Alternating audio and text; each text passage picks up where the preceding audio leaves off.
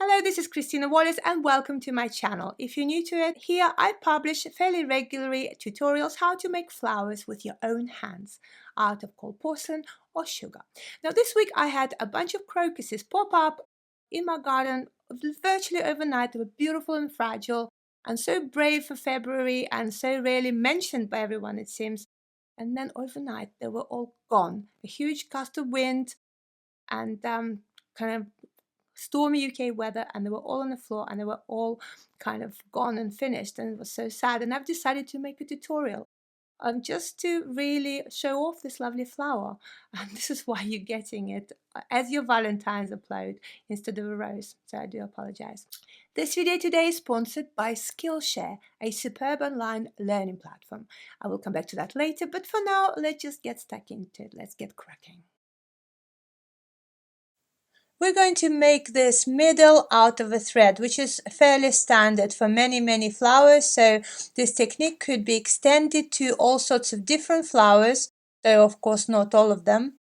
And I'm going to loop it about 20 times. You can play around with it, maybe have less of them, but I am not going to double loop it and kind of fold it in two. I will tell you why in a minute. So if you need 20, don't do 10. Okay, and here I'm using the thinnest wire I could find to kind of tie together. Do use wire, don't use the thread though. Here it's gauge 33, and voila, we're nearly ready to go. So I'm not looping it, I'm just cutting off one side. The other side is still there, and I'm just thinning it down basically. And the reason why I'm doing it is because I want the neck of this flower to be as thin as possible. And I'm sure there are more delicate ways of doing it, but really the way for me to do all these tutorials is I explore each flower for the first time, or most of the time anyway. And so this is really just the first sketch for you guys to work on and improve. So I split it in 3 parts and kind of make it a little bit or as likely as to the real flower as possible. And here we go, this is what I do too. This is how I achieved it this time. If you have any ideas how to do it better, please leave a comment. So here you have your pre-made stamens, and they are nothing complicated to make except they are quite fiddly. And with many of those delicate flower things, the more of them you make, the more bored you become, but the more beautiful your little things that create a bigger picture become as well.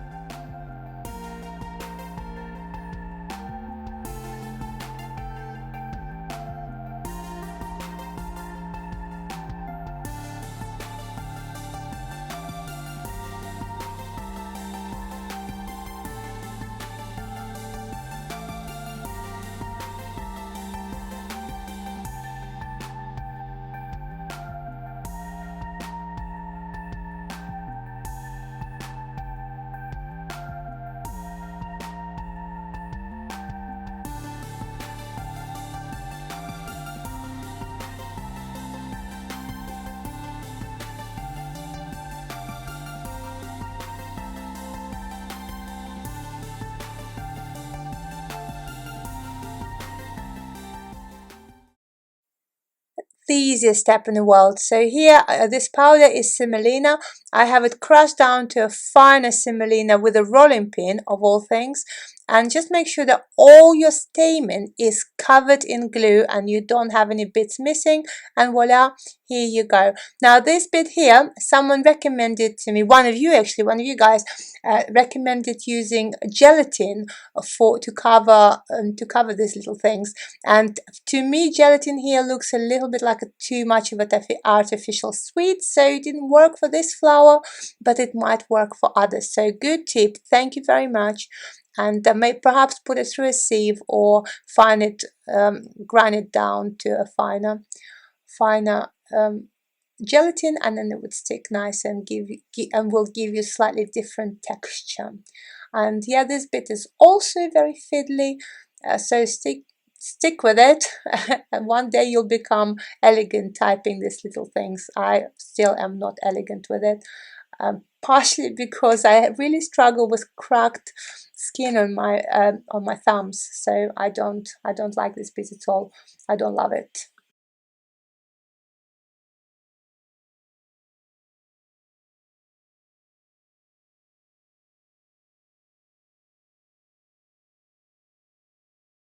So this is how the middle looks inside the flower. I actually really quite like this picture, and that kind of brings me to my next point.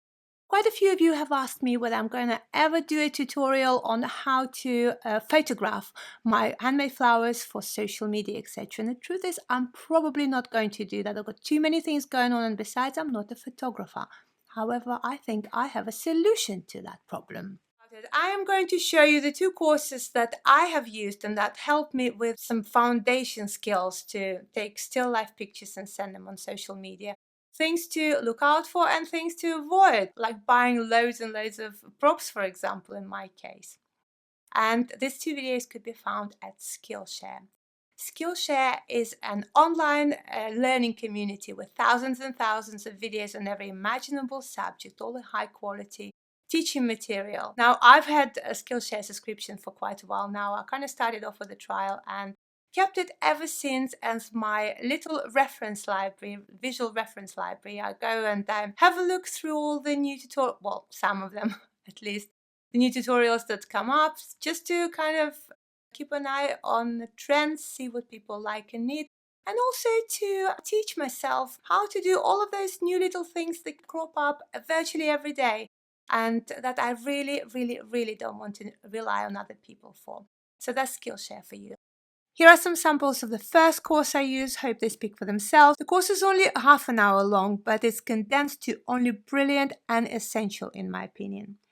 The second course basically complements the first one in showing how easy and inexpensive it is to set up a quick makeshift studio somewhere in your house and shoot beautifully professional and superb pictures with very little equipment, very little expense, and very little initial skill.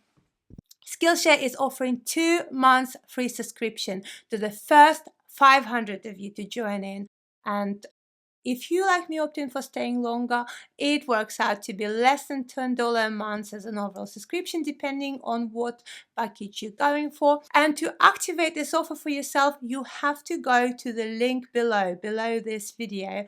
And when you do, I hope you have a fantastic time and find that it's been a really, really worthwhile time, etc. investment. Now back to our tutorial, and you would find that you won't need any expensive equipment or sophisticated cutters for this. In fact, all you need is the smallest of the 3 teardrop rose cutters, and most of you would have it by now, I would have thought, and if you haven't, you can buy them anywhere. Just make sure you buy the more expensive ones, they would cut better.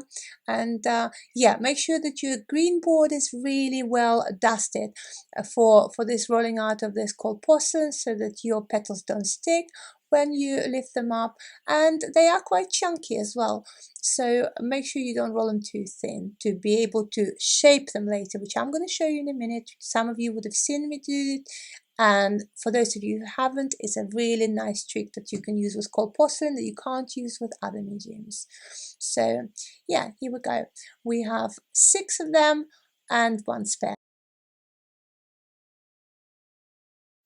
So I am going to use Veiner for Crocus because I think it would make it look nicer. You need a straight Veiner. This one is from Ranunculus and it's a really good Veiner. I haven't made it, but it's a good Veiner. And rose or anything like this won't do because it's kind of a netty pattern. But anything that's straight and quite subtle is perfect. Unfortunately, my camera doesn't show off the pattern very well here, slightly out of focus, but you will see it when I tone it. And so this is quite thick, and watch me do this.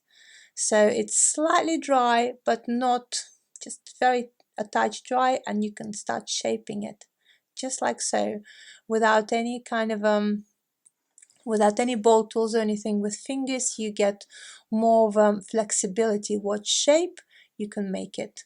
And it's really, really nice quality of cold porcelain to explore.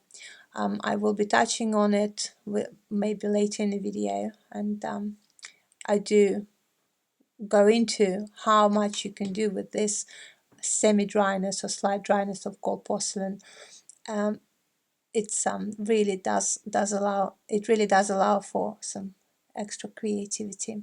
See, and also you could find a nice middle point when your midpoint, when it's already dry enough for veins not to go and to still be able to shape it, and for shape to stay where it is with your fingers. I hope that makes sense. Do ask me questions, leave comments if you don't know what I mean. And here we go. We have our lovely little petals and they're about to dry. This is the shape that you're aiming for.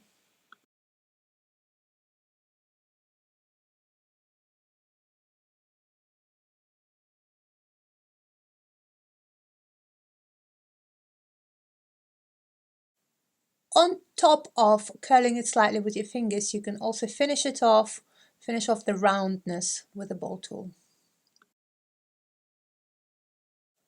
And now this stage is done. I could actually finish it off tomorrow if I need to. I'm just going to have to put it in a zip bag and we're done. So my petals are now dry. It's cold porcelain, so they're flexible, but they're pretty dry and won't go out of shape. You can invert it and turn it inside and out.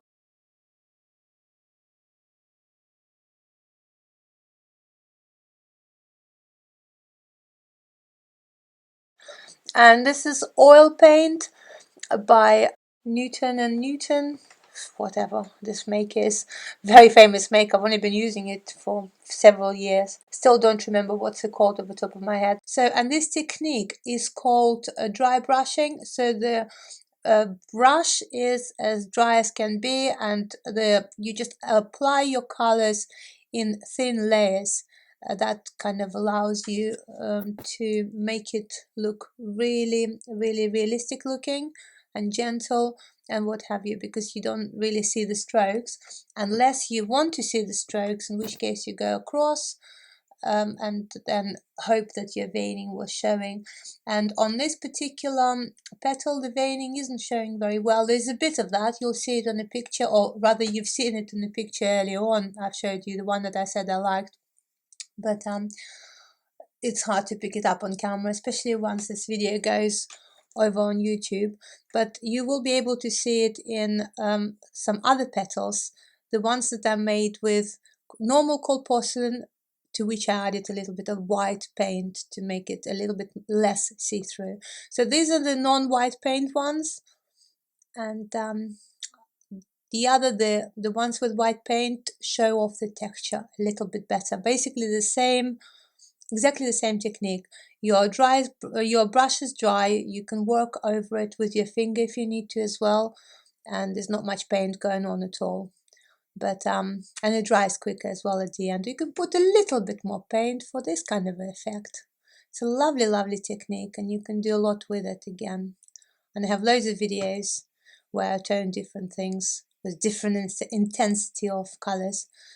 Someone asked me on Facebook how I reach and achieve realistic looking colors. Well, in this case, it just comes out of a paint tube.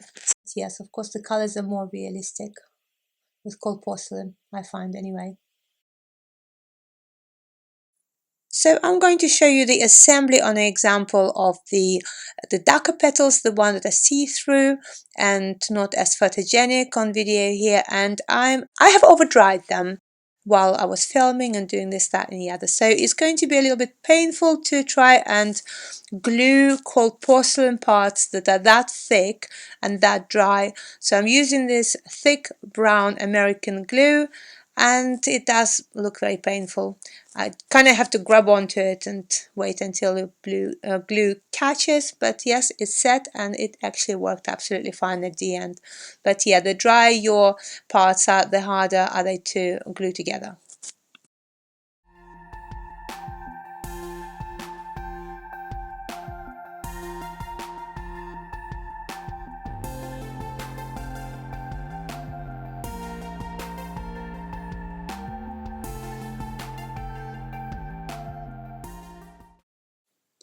And we're coming to the stem of it now, and if you'd seen any of my other videos where I cover the stem, or anybody else's videos for that matter, it's really exactly the same. And yeah, stem is just practice. That was glue I was applying to the wired kind of to the wire basically. So yeah, stemming, it takes practice. There are some tricks of the trade of how to perhaps cover very long stems, and it's this video is going on a bit anyway, so I'm not going to cover any of that. But yeah, just the little stems like this, it's quite easy to just do it with your fingers, and the more practice you get, the better you become at it, although you would sometimes have bad days and good days and all the rest of it. Sorry, my camera didn't catch it, but yeah, here I just make sure that my fingers are really wet, and I slide this clay to the bottom, and then yeah, and then it's there. And sometimes you want to keep your stems really straight and covered evenly. Here it gets thinner to the end because I'm going to be applying some foliage. So this foliage, this leaf for this crocus, it does look very straightforward and uncomplicated, but in all fairness, I think I would have probably just used a cutter, and I do happen to have one of those, but at the same time I couldn't be bothered to go through all my cutter's archive and dig it out. Never mind, I've hardly used it. And so I've decided to wing it and do it freehand. And besides, it probably would be kind of good to watch for those of you who don't have those peculiar cutters at hand. So anyway, so I'm just trying to kind of bend it, and yeah, good job is it doesn't stick to my stick anymore because I put loads of petal base on it. It was really sticking. But on a minus side, you gonna have to cut off, or I'm gonna have to cut off the sides because they're really wavy. So a dead giveaway that someone not very meticulous made this flower. So yeah, now I'm cutting it down. It looks more natural, which is good. These metal sticks, they are hard to come by in the UK, but you can get them on Etsy, or you can improvise and maybe use a knitting, one of those thick knitting sticks, quite possible as well. And this here I use water or petal base just to really give it a little dip to guide it a little bit. Here we go, don't know what happened there.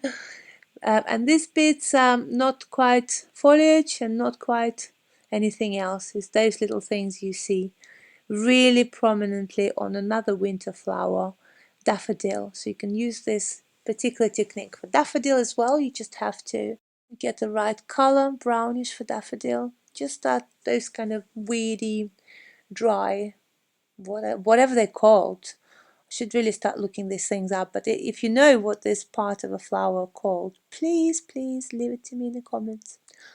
And yeah, I'm just kind of left it to run really fast, this whole foliage bit, because I think it's quite self-explanatory. You kind of just, and plus by the time I do foliage, I'm so bored with the video. It's always really sloppy and really lazy, so I'm sorry about that. And here's the foliage, and just like with anything else, this is just showing you the stages. Yeah, again, you don't have to use metal stick, but metal stick is the best for this purpose. And just trying to make it look a little bit human, a little bit straight. And at this, our joy of making flowers with our own hands is unfortunately coming to an end. Thank you to everyone who stayed with me to the end of the video. I believe I have another encounter or two with Skillshare, so we're definitely getting another video sometime in the beginning of next month. And for now, happy Valentine's everyone. I love you. Have a lovely weekend, have a lovely week, and have a lovely life. Bye bye for now.